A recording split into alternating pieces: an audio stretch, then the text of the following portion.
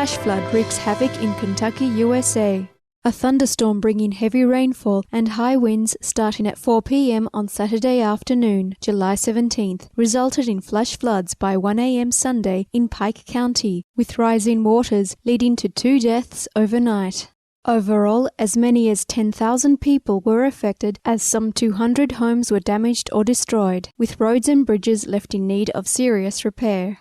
Kentucky Governor Steve Beshear declared a state of emergency while crews aided residents in numerous rescues and evacuations. Thousands of people lost power and around 4,000 residents also were without water.